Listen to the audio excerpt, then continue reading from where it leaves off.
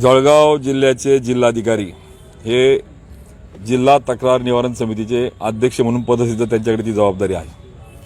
त्या नात्यानं जिल्ह्यातल्या फळपीक विम्याच्या अनुषंगाने ज्या पद्धतीने आक्रोश किंवा शेतकऱ्यांचे आपण त्या ठिकाणी प्रश्न बघतोय त्या अनुषंगाने त्यांना आम्ही आमचे जिल्ह्याचे आदरणीय अध्यक्ष जळगावकर महाराज आमच्या महानगराचे अध्यक्ष त्यासोबत सर्व पदाधिकारी आमचे काही शेतकरी काही वेगवेगळे प्रतिनिधी या ठिकाणी आज कलेक्टर साहेबांना भेटून लक्षामध्ये आणून दिलं की जर पुनर्रचित हवामानाच्या फळपीक विम्याच्यासाठी पीक विम्याची त्या ठिकाणी प्रीमियम घेतल्यानंतर 45 दिवसामध्ये व्हेरीफाय करून खरं तर त्या ठिकाणी प्रोसेस व्हायला हवी होती।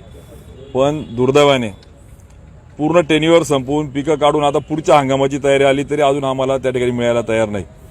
जर ही कंपनी शेतकऱ्यांचे पैसे खाऊन टाळूवरचं लोणी खायचा प्रकार करत असेल तर ते आम्ही शेतकरी पुत्र नात्याने खपून घेणार नाही।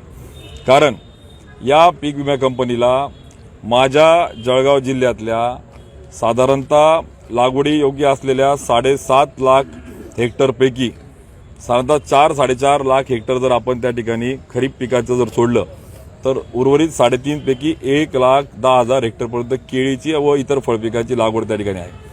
आणि जर 1,10,000 पिकांच्या माध्यमातून आपण जर बघितलं राज्य शासन 28,000 रुपये प्रति हेक्टरी, केंद्र सरकार 17,000 रुपये प्रति हेक्टरी आणि शेतकरी 10,000 रुपये प्रति हेक्टरी असे जवळजवळ 81,000 शेतकऱ्यांचे त्या ठिकाणी 77,000 शेतकऱ्यांचे 81,000 हेक्टरचे त्या कंपनीला 450 ते 500 कोटी रुपये माझ्या जिल्ह्यातून त्या ठिकाणी आम्ही दिलेले आहेत। आणि अपेक्षित असं होतं की 500 कोटीचा ज्यावेळेस तुम्ही बिझनेस घेतात तर किमान तुम्ही 500 कोटीच्या आगे 5 कोटी तर स्टाफवर खर्च करा। जर त्यांनी वेळी स्टाफ ठेवून त्या ठिकाणी जिओ टॅगिंग करा, तुम्ही त्या ठिकाणी येऊन प्रत्यक्ष मॅपिंग करा, काय सॅटेलाइट वापरा, पण ते जर व्हेरीफाय केले असते तर आज ही फरफड जी आमच्या शेतकऱ्यांची होती ती झाली नसती। कारण या ठिकाणी 77,000 पैकी 36,000 शेतकरी त्यांनी व्हेरीफाय केले, बाकीचे व्हेरीफाय होत आहेत। माझं कलेक्टर साहेबांना आज त्या ठिकाणी निवेदन वजा आम्ही सूचना दिल्या की जर ई पीक जे ॲप गव्हर्नमेंटने त्या ठिकाणी जिओ टॅगिंगच्या तंत्रज्ञानाने विकसित केलेलं सरकारचं जर ते तंत्रज्ञान असेल तर पीक विमा कंपनीला ते तंत्रज्ञानावर विश्वास ठेवायला काय अडचण आहे? कशासाठी पाहिजे विनाकारण हा डेटा? आणि मग जर दुसऱ्या बाजूला आपण जर लॉजिक लावलं, जर साधारणतः आपण जर टिश्यू कल्चरची रोपं बघितली की किती रोपं टिश्यू कल्चरची उत्पादित झाली, तर टिश्यू कल्चरच्या रोपांनी उत्पादित झालेली असेल, दुसऱ्या बाजूला आपण त्याला पीलबाग म्हणतो, आपण पीलबागच्या माध्यमातून असेल किंवा कंदमुळ्याच्या माध्यमातून असेल, म्हणजे 33 ते 34,000 हेक्टर टिश्यू कल्चरची 16-17 कोटी रोपांच्या माध्यमातून लागवड झालेली दिसतंय क्लिअर, कारण की त्याची नोंदणी आहे, रजिस्टर्ड आहेत। दुसरं कंद आपण ज्याला म्हणतो मुळाच्या माध्यमातून साधारणतः लागवड झालेलं क्षेत्र आपल्याला दिसतंय। आणि तिसरं पीलबाग जो म्हणतो आपण साधारणतः ते जर बघितलं तर 1 लाख जे ई पीक पाहणीद्वारे क्षेत्र ज्या ठिकाणी आलेलं आहे ते मॅच होते। आणि मग असं असताना मग कुठल्या तरी बेंगलोरच्या कंपनीचा सेन्सेक्स मागून डेटा मागू हे शेतकऱ्यांना त्या ठिकाणी यांच्या भावनेशी खेळण्याचं पाप हे जे करत आहेत हे आम्ही खपवून घेणार नाही। त्यामुळे आम्ही सांगितलं की किमान व्हेरीफाय झालेल्या शेतकऱ्यांचे जे 460 ते 500 कोटीच्या दरम्यानची जी रक्कम आहे ती तात्काळ 10 तारखेच्या आत खात्यामध्ये टाकण्यात आली पाहिजे, नंबर 1। नंबर 2 की जर आमच्या जिल्ह्यातून 500 कोटी रुपयाचा गल्ला गोळा करून त्या ठिकाणी जर आमच्या शेतकऱ्याचे केंद्राच्या राज्याचे मिळून 500 कोटी रुपये घेऊन तुम्ही 5 कोटी आस्थापनेवर खर्च करत नसाल तर मग या पीक विमा कंपनीचं ऐकायचं का आमच्या ई पीक ॲपचं ऐकायचं? तर ई पीक जे आमचं ॲप जे सरकारचं डेव्हलप केले त्याच्यावर विश्वास ठेवायचा का कुठलं तरी बेंगलोर हैदराबाद सॅटेलाइट?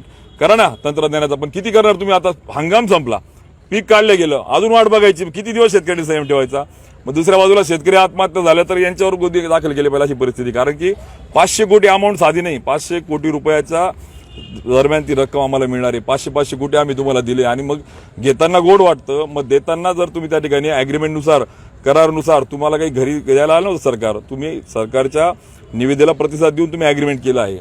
पण मला या माध्यमातून कलेक्टर साहेबांना मी जिल्हा तक्रार समितीच्या माध्यमातून विनंती केली की 10 तारखेच्या आत जर आमचे पैसे खात्यामध्ये आले नाही तर आम्ही त्या ठिकाणी सगळ्यांना सोबत घेऊन पुढच्या संदर्भामध्ये पावलं टाकू। गरज पडली जसं मागच्या काळात धाराशिवला PIL दाखल करण्यात आली, मग तशी PIL दाखल करायची वेळ असेल किंवा मग त्यांना कायदेशीर दट्टे द्यायचे असतील तर, आणि नसेल तर दुसरं त्यांच्या ज्या कायद्याच्या तरतुदीमध्ये 45 दिवसात आत व्हेरीफाय करून त्यांनी करणं गरजेचं होतं, त्यानुसार पण त्यांनी मुदत घालवली आहे। आता पीक काढण्याचं काढलं गेलंय, म्हणजे अजून किती दिवस त्या ठिकाणी करणार? आणि म्हणून आमचे नेते गिरीश भाऊ महाजन यांनी त्यांना वेळोवेळी सूचना दिल्या आणि स्वतः जिल्हाधिकाऱ्यांनी बैठक घेतली, इथे पालकमंत्र्यांच्या उपस्थित त्यांनी सांगितलं की आम्ही 10 दिवसात व्हेरीफाय करतो। ते महिना काय 2 महिने गेले, स्वतः धनंजय मुंडे कृषी मंत्र्यांकडे बैठक झाली. तिथे सांगितलं की आम्ही आता 10 दिवसात 15 दिवसात डेटा घेतो. महिना तोही पलटून गेला. म्हणजे नक्की लावलं काय?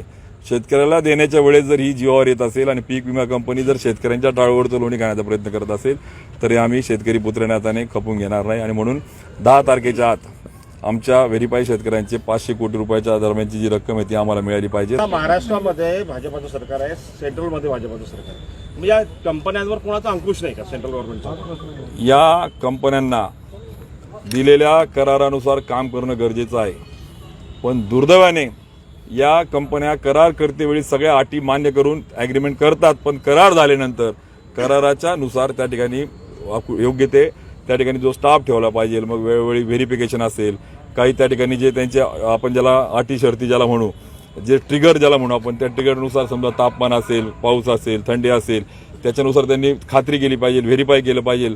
या बाबतीत कुठलंही तंत्रज्ञान नाही, कुठलंही ॲप डेव्हलप केलं नाही, कुठल्याही पद्धतीने मॅनपॉवर त्यांच्याकडे नाही आणि मग कुठला तरी डेटा घेऊन हे फसवायचं जे काम चालू आहे. आणि म्हणून माझी त्या ठिकाणी पीक विमा कंपनीला आज शेवटचा इशारा त्या ठिकाणी आहे. कारण की आमचे सन्माननीय मंत्र्यांनी त्यांनी सांगून त्यांनी शब्द दिला पण तो पाळला नाही. आता मात्र आम्ही ठरवलंय की सगळं जर क्लिअर असेल, कारण की आतापर्यंत शब्द त्यांनी दिलेले आम्ही थांबलो, वाट बघितली, मात्र आता संयमाचा अंत झालाय. आम्हाला वाटलं आज करतील, उद्या बोलतील, बघतो, करतो, पाहतो, हे जे चालू आहे हे मात्र चुकीचं आहे. दिवाळी आली, आता आमचा गणपती गेला, आमचा नवरात्र उत्सव गेला, मात्र दिवाळीसारखा सण आला, हातात पैसे नाहीये.